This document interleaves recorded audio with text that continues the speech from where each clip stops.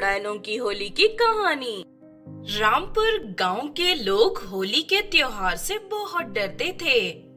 हर साल जब होली का त्योहार आता था तो वो सभी लोग अपने अपने घरों में कैद हो जाते। फिर एक दिन शहर से उस गांव में सनिका नाम की एक लड़की आती है। अरे सनिका, अचानक तो मेरे गांव कैसे आ गई? तू तो जानती है अभी हमारी कॉलेज की छुट्टियां चल रही हैं, इसीलिए मैंने सोचा कुछ दिन तेरे साथ गांव में बिता लूं। लेकिन इस वक्त तूने गांव में आकर ठीक नहीं किया, यहाँ का माहौल बहुत खराब है। क्यों, क्या हुआ? तू इतनी डरी हुई क्यों है? 10 दिन के बाद होली का त्योहार आने वाला है और इस दिन पास की पहाड़ी में रहने वाली चुड़ैलें हमारे गांव में आकर लोगों को उठा ले जाती है और उन्हें मार कर उनके खून से होली खेलती हैं। अरे ये तू क्या कह रही है? तेरी बात सुनकर मुझे डर लग रहा है। मेरी मान, तू इसी वक्त वापस लौट जा।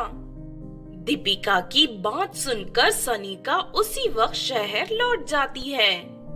उधर दूसरी तरफ जल्द ही होली का त्योहार आने वाला है। ये सोचकर सभी चुड़ैलें बहुत खुश थी।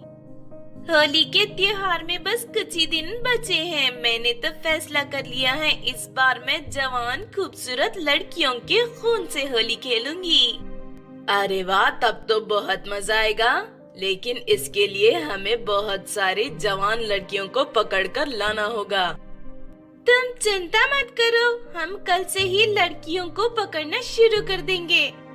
फिर अगले दिन कविता और उसकी सहेलियां नदी पर पानी भरने जाती हैं। लेकिन वहाँ दोनों चुड़ैलें आकर उन्हें पकड़ लेती हैं। अरे नहीं, ये चुड़ैलें कहाँ से आ गई? अभी होली का त्योहार आने में काफी समय है। अरे जरा इस सुंदर सुंदर लड़कियों को देखो, इनके खून से होली खेलने में बहुत मजा आएगा। चलो अभी इन सबको मारकर इनका सारा खून निकाल लेते हैं। अरे नहीं, भगवान के लिए हमें छोड़ दो, आखिर हमने तुम्हारा क्या बिगाड़ा है? लेकिन दोनों चुड़ैलें बहुत ही बेरहम थी। वो उसी वक्त सभी लड़कियों को मारकर उनका खून एक बड़ी बाल्टी में भर लेती हैं। दूसरी तरफ जब ये बात गांव वालों को पता चलती है तो उन चुड़ैलों के डर से उनके हाथ पैर ठंडे पड़ जाते हैं। और नहीं, इन चुड़ैलों ने तो अपना आतंक अभी शुरू कर दिया। लगता है इस बार गांव की जवान लड़कियां उनका शिकार हैं। वो चुड़ैलें बहुत ही खतरनाक है। तुम देख लेना, वो इस गांव की सभी लड़कियों को उठाकर ले जाएंगी और हम लोग कुछ नहीं कर पाएंगे। इस तरह सभी गांव वाले दुखी हो जाते हैं। उधर अगले दिन से दोनों चुड़ैलें गांव में पहुंच जाती हैं और एक एक करके गांव में मौजूद सभी जवान लड़कियों को पकड़कर रस्सियों से बांध देती हैं। चलो अब इन सब लड़कियों को अपनी गुफा में ले चलते हैं। आज तो बहुत सारी लड़कियां हमारे हाथ लगी हैं। सभी गांव वाले चुड़ैलों से उन लड़कियों को छोड़ने की विनती करने लगते हैं। देखो, तुम सब बहुत किस्मत वाले हो, इस बार हम सिर्फ जवान लड़कियों के खून से होली खेलेंगे, इसलिए तुम सब बच गए। चलो हमारे रास्ते से हट जाओ, वरना अगर मुझे गुस्सा आ गया तो मैं सबको इसी वक्त जान से मार दूंगी। ये सुनकर सभी गांव वाले डर के पीछे हट जाते हैं। फिर दोनों चुड़ैलें सभी लड़कियों को वहां से ले जाने लगती हैं। लेकिन तभी दीपिका की सहेली सनिका उन दोनों चुड़ैल का रास्ता रोककर खड़ी हो जाती है। तुम दोनों इन लड़कियों को इसी वक्त छोड़ दो, वरना मैं तुम दोनों को जलाकर राख कर दूंगी। अरे तू एक मामूली से लड़की हमें धमकी दे रही है? यहाँ आकर तूने अपनी मौत को दावत दी है। लड़कियों के साथ अब मैं तुझे भी मार कर तेरे खून से होली खेलूंगी।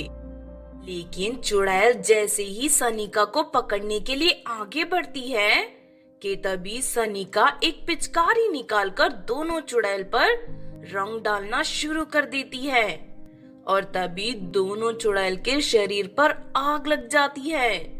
फिर देखते ही देखते दोनों चुड़ैलें जलकर राख हो जाती हैं। इस तरह सनिका अपनी बहादुरी से दोनों चुड़ैल का खात्मा कर देती है।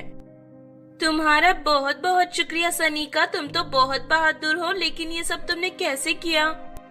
ये एक जादुई पिचकारी है, इससे मैं अपने पड़ोस में रहने वाली जादूगरनी आंटी से मांग कर लाई हूँ। अब इन चुड़ैलों का किस्सा हमेशा के लिए खत्म हो गया। अब तुम लोग बिना डर के होली खेल सकते हो।